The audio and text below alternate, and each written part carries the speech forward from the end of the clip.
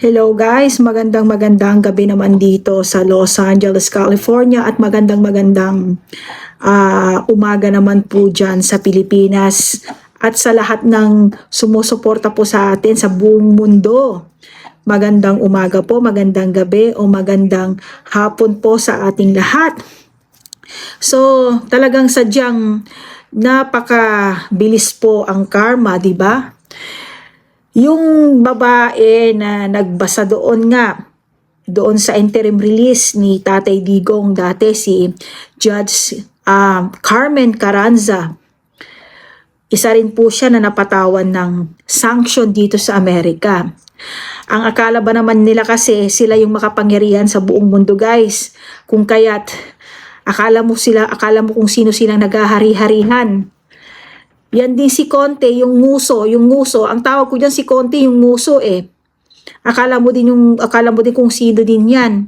Naghahari-harian din yan na akala mo kung sinong makapanglait din kay Tatay Digong yan. So, sa lahat ng naglalait sa kanya, sa lahat ng mga gumagawa ng paninira kay Tatay Digong, unti-unting lalabas yan, unti-unting kakarmahin yan, guys. Kaya tignan nyo ang nangyayari. Si Tatay Digong, close friend sila yan ni si Donald Trump, ganon din si Putin, guys. So sila yung mga yan, syempre kaalay nila. Ang US, alay po ang Pilipinas. Sa tingin nyo ba tama yung ginawa ni Bangag na sinuko niya ang kapwa niya Pilipino dito sa ibang lahi sa The Hague? Na dinaan niya sa Interpol, ika nga kwan kuno para hindi mahalata na siya ang nakipag-communicate para si Tatay Digong ay mapunta ng ICC. Tapos itong si Remulla na Bendalo, unti-unti din kayong magbabayad pagdating ng panahon. Hindi nyo kakayanin ng power ng Amerika pag sila ang nagsalita, tandaan nyo yan. Bakit may nagawa ba si Judge Carranza sa ginawa ni Trump na sanction sa mga 8 judges ata yung sinanction nila. Si Karim Khan naman, napatawan siya ng 15 taon na pagkakakulong. Kay Putin yan, guys, sa Russia. 15 years po na pagkakakulong ipinataw yan ni Putin ng Russia, president ng Russia. At doon naman sa ibang pinatawan ni Putin na judges, 3 hanggang 15 taon din po yung ipinataw niya. Kung sino-sino yung mga yun, including din doon sa babae na yung Espasol. So sabi niya, hindi lang kami yung apektado, pati pamilya namin. Kasi nga, tingnan nyo naman, hindi sila makapunta dito sa Amerika, hindi siya makagamit ng dollar, online kung ano man, gusto niyang kumuha ng Uber, hindi siya makakuha ng Uber kasi nga na-freeze yung account niya, gusto niyang magpadala ng pera sa Western Union kasi nga doon sa monthly parang doon sa taong nag-aalaga doon sa bahay niya doon sa Peru ata ni Carmen, yung Judge Carmen. Hindi nga niya magamit din ng Western Union kasi naka-freeze nga. Hindi siya makapaglabas din ng pera, credit cards, lahat-lahat. Paralisado. Ganyan ka-powerful po ang Amerika. So wag tayong akala mo kung sino, dahil pag ang kumilos po Amerika, wag nyong dahil hindi nyo kakayanin ng kung gaano kagaling po ang Amerika. Kahit pagdating din sa gera, hindi nyo ito matatalo. Tandaan nyo, ubos na lahat ng langis nyo. Kayong lahat. Kahit man sa Middle East, ubos na lahat ng langis nyo, guys. Pero Amerika, may reserve yan, may sarili siya. Kaya nga bumibili siya ng langis ibang bansa eh. Yung nandito naka-reserve lang, hindi yan ginagalaw. Kaya pagdating ng gera yan, ubusan ng yan, hindi yung mauubos kasi may sariling langis itong Amerika, guys. Bumibili siya sa ibang bansa, inuubos niya yung langis ng ibang bansa, pero pagdating ng may sarili ito, guys. Kaya takot na takot ang mga ibang bansa, guys, pagdating dito sa Amerika. Sabi pa ni Judge Carranza, bakit ganon? Sabi niya, Powerful ang Europe, bakit hinahayaan niya lang na gawin ng Amerika sa amin ito? Hindi mo ba alam na powerful ang Amerika, na nagbabaw po ang Europe sa kanya, na ang Amerika po ang tumutulong sa Europe po? Tinutulungan niya ang Europe, guys. Kaya hindi yan iimik, guys. Under ni Trump po ang Europe, guys. Sa totoo lang. Kaya hindi yan iimik, guys. Kaya tingnan nyo, kayang-kayang i-freeze yung account. Hindi ba kayo nagtataka? Na all of the sudden, sabi ni Carranza, kinabukasan na lang daw, gagamit daw siya ng credit card. Wala daw, hindi nag-work lahat. Yung anak niya na international law, kinancel ni Trump yung visa niya papunta dito sa Amerika. So, apektado ang pamilya, silang mga judges, mga anak, apo, apektado lahat. Pinansyal, lahat po, paralyzed. So, unti-unting pinaparamdam ni Donald Trump sa mga ICC kasi hate na hate po ni Donald Trump ang ICC. Kaya ikaw bangag, delikado ka kasi nga darating daw ang time, baka ikaw din ang makulong kagaya ni Rimulya. Baka mapusasan ka raw.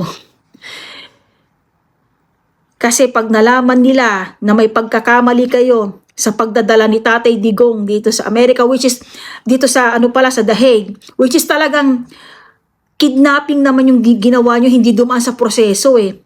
Buti na lang yung kay Bato, guys, naglabas ang Supreme Court, hindi sila basta-basta, hindi nyo basta-basta madadakip yan na papuntang The Hague. Kinakailangan dumaan muna sa Supreme Court sa Pilipinas. Dapat yun ang ginawa nyo kay Tatay Digong, pero ang ginawa nyo, kinidnap nyo siya papunta sa The Hague.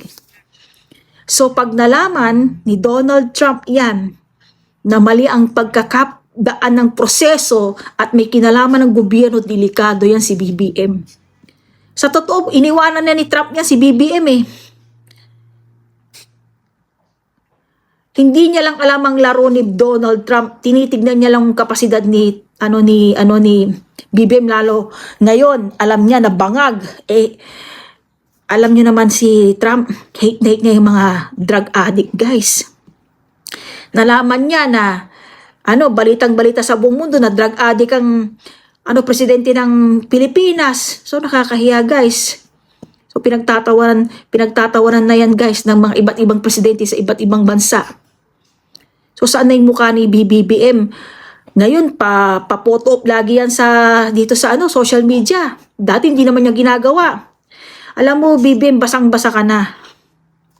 Darating ang time pagbabayaran yung lahat ito. Kayong mga magkapatid na Rimulya, Conte, sina Trillanes, sino pa ba? Lahat ng mga taong kasangkot diyan sa pagpapadala kay Tatay Digong sa The Hague, tapos lahat ng mga taong na-involved sa corruption, especially sa pinaka-mastermind na si BBM. Huwag kang magmaang-maangan, BBM, dahil sa totoo lang, alam mo yan. Ikaw ang pumirma. Siyempre ba naman, kunwari, ibubulgar mo, pero sa bandang huli, ikaw naman talaga. Kunwaring pa-imbestiga ka para hindi ka mahalata na ikaw talagang pinaka-mastermind. Ganun lang yun. Alam mo yan. Ang anak mo, king of pork barrel po. Oh, magkano insertion niya? 50 billion. Ikaw na 100 billion. Trilyon po yung nawala. O tapos pinag-iinitan niyo si Sara kung ano-anong mga pinapataw niyo sa kanya na kaso. Yang hiya naman kami sa inyo, guys, 'di ba? Ikaw naman Dilima. Mga tanim witness yung mga nilalabas niyo kay ni Trillanes. Tapos yung isang pari naman diyan. Paano babalik ang tiwala ng tao sa simbahan kung ang mga paring mismo huwad na pare? Hindi naman natin nilalat yung mga pari, guys, kasi Katoliko ako, guys. Pero kadalasan sa pari ngayon, nawawalan na sila ng ganang magsimba yung mga tao dahil ang mga pari ngayon, mga huwad ng mga yan. Diyos ko, nakakahiya kayo. So, guys, sa lahat ng mga kababayan natin, magdasal lang tayo. ipagdasal natin dahil unti-unting lalabas po, magliliwanag din ang lahat guys para sa mga Duterte, para kay Tatay Digong. Darating ang time, maiuwi po din sa Tatay Digong, kaya huwag tayong magsawang ipagdasal siya. Bahala kayo na sabihing drug lord siya o kung ano ma'am, paninira nyo sa kanya, wala akong pakialam sa inyo dahil lahat ng yan, paninira nyo lang yan. Dahil hindi nyo kakayanin ng Duterte no matter what. Lahat ng yan na sinasabing drug lord, it's all fabricated by Trillanes. Dahil sa mga tanim witness niya guys, lumalabas na.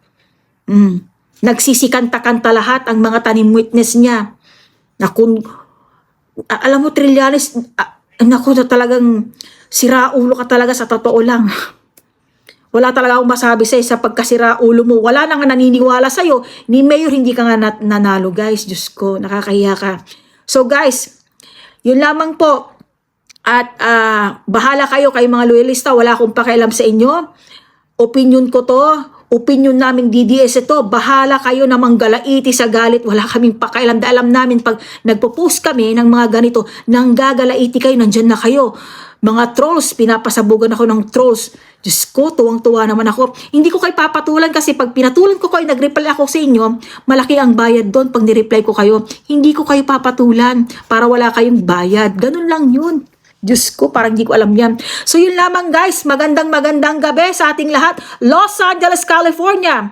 Kahit kailan, hindi mo kami magagalaw dito. Kami lang ang mga may boses dito sa Amerika, pero dyan sa Pilipinas, pinapatahimik niyo yung mga totoong nagsasalita na vloggers dahil ayaw nyong marinig yung mga negatibo na ginagawa ng gobyerno ngayon. Nakakahiya kayo. So yun lamang guys, maraming salamat. God bless Philippines, God bless America.